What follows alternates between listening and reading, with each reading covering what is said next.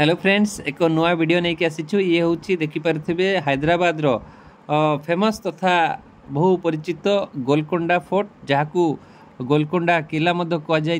तेबे ये हूँ दुईटी तेलुगु शब्दर गोला एवं कोंडारू यही गोलकोंडा शब्द आसी। मेषपालकर पहाड़ रही एवं परवर्ती समय यह 1363 ख्रीष्टाब्द जो यही पर्वत किंबा यही उच्च जगह काकटीय अधीन रही, किंतु 1363 ख्रीष्टाब्द बाहामानी माने यहाँ उपर से अधिकार स्थापन करते।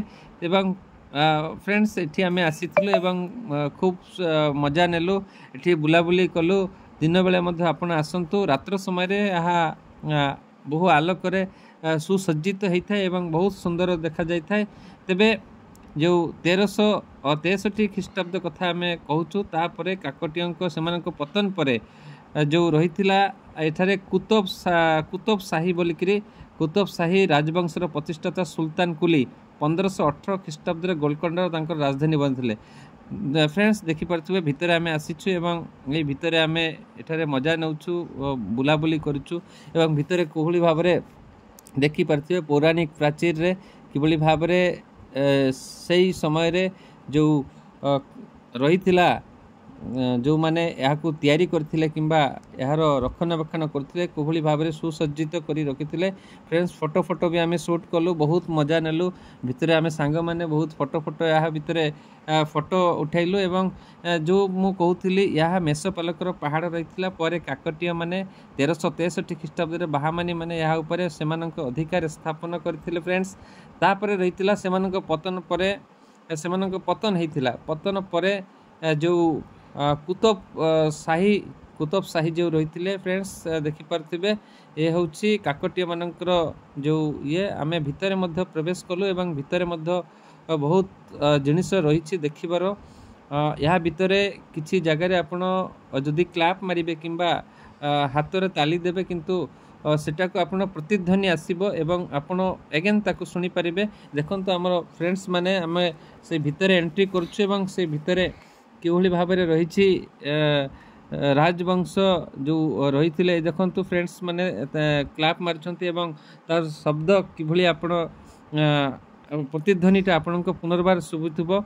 ये हूँ से जगह आपण आसंतु, यहाँ बुलाबुली करंतु एवं बहुत सुंदर जगह। तेरे फ्रेंड्स मु पुणी थर कही रखे बहुत सुंदर जगह। या भितर वर्तमान जो मु आपन को कहूली कुतुब शाही राजवंश प्रतिष्ठाता सुल्तान कुली 1518 ख्रीष्टाब्द गोलकोंडा को राजधानी भाव में घोषणा करते। तापर 1543 ख्रीष्टाब्द पर्यंत शासन करते। परवर्ती समय जामशेद कुतुब शाह जे रही 1543 रु 1550 पर्यंत या भितर शासन करते। तापर इब्राहिम कुतुब शाह 1550 रु 1580 पर्यंत शासन करते। फ्रेंड्स एवं तापर मोहम्मद जो कुली कुतुब शाह रही, मोहम्मद कुली कुतुब शाह से 1580 रु 1612 पर्यंत शासन भार नहीं। पर सुल्तान मोहम्मद कुतुब शाह जे रही 1612 रु 1626 पर्यंत शासन भार नहीं। पर फ्रेंड्स जो अब्दुल्ला कुतुब शाह रही से 1626 रु 1672 पर्यंत या भितर या शासन करते। यार अख्तियार को निज माने अख्तियार रखी। फ्रेंड्स से भितर पक्षी माने जो पारा कथा कहतु से पारार बसा मध्य रही। देखंतु किभली अंधार भितर यही पारा माने एठी बास करते। भितर बहुत अंधार रही, जो अंधार कोठरी जाक रही पौराणिक समय यही निर्माण करा जायथिला। विभिन्न कार्य बाबद सही पौराणिक जुगरे माने यही जो प्राचीर रही बहु पौराणिक कोठा रही ताकू व्यवहृत करथिले। बहु जहाँ इतिहास रे मध्य वर्णित रही। फ्रेंड्स तेबे सबुठारु गुरुत्वपूर्ण कथा होची आपण मध्य एठारे आसंतु, बुलाबुली करंतु एवं मु कही रखे अबुल हसन तानाशाह जे रही से 1672 रु 1687 पर्यंत शासित करथिले। फ्रेंड्स यही शेष शासकों शासन काल रे जो दुर्ग रही किंबा यही जो रही गोलकोंडा प्रत्येक दिगरे विकसित होता एवं बहुत उन्नत होता। तेबे कही रखे जो डेकानी माने रही डेकानी उर्दूर अग्रगति मोहम्मद कुतुब शाह जे तेलुगु साहित्य को उत्साहित करते से हैदराबाद सहर में एक भित्ति प्रस्तर स्थापन कर चारमीनार निर्माण करते। कुचिपुड़ी नृत्य फॉर्मर आबुल हसन एकछत्रवादी शासक रही।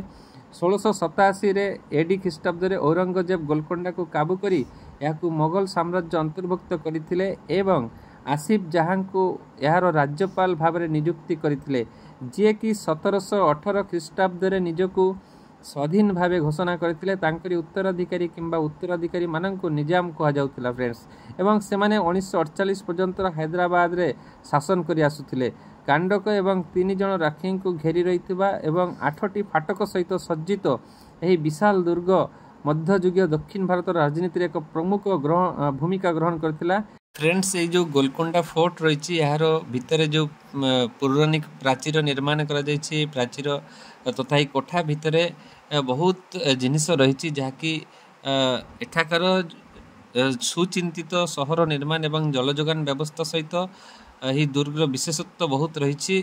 यही दुर्ग किंबा यही गोलकोंडा फोर्ट रे बालाहिसार करताली ध्वनि प्रांगण मृतदेह स्नान अर्लाखाना नागिनीबाग सहित सैनिक मानक बासस्थान एवं अकट्रा मदत्रा कार्यालय रामदास जेल दुर्बार कोठरी अनवर खाना इब्राहिम मस्जिद तरमाटी मस्जिद एवं शिखर उपरे उपस्थित बारडारी प्रमुख यही गोलकोंडा फोर्ट विशेषत्व रही फ्रेंड्स। एवं यही भितर यही सबू जिनस आपण आसिले देखिपारे एवं सुंदर भाव में सुसज्जित यही पौराणिक ऐतिहासिक कोठा को जे केबे न आसी से जानीपारे किंतु आसला पर ही आपण एठारे दिन सारा मजा नहीं पारे, दिन सारा बुलाबुली करेंगे, फोटोशूट करेंगे।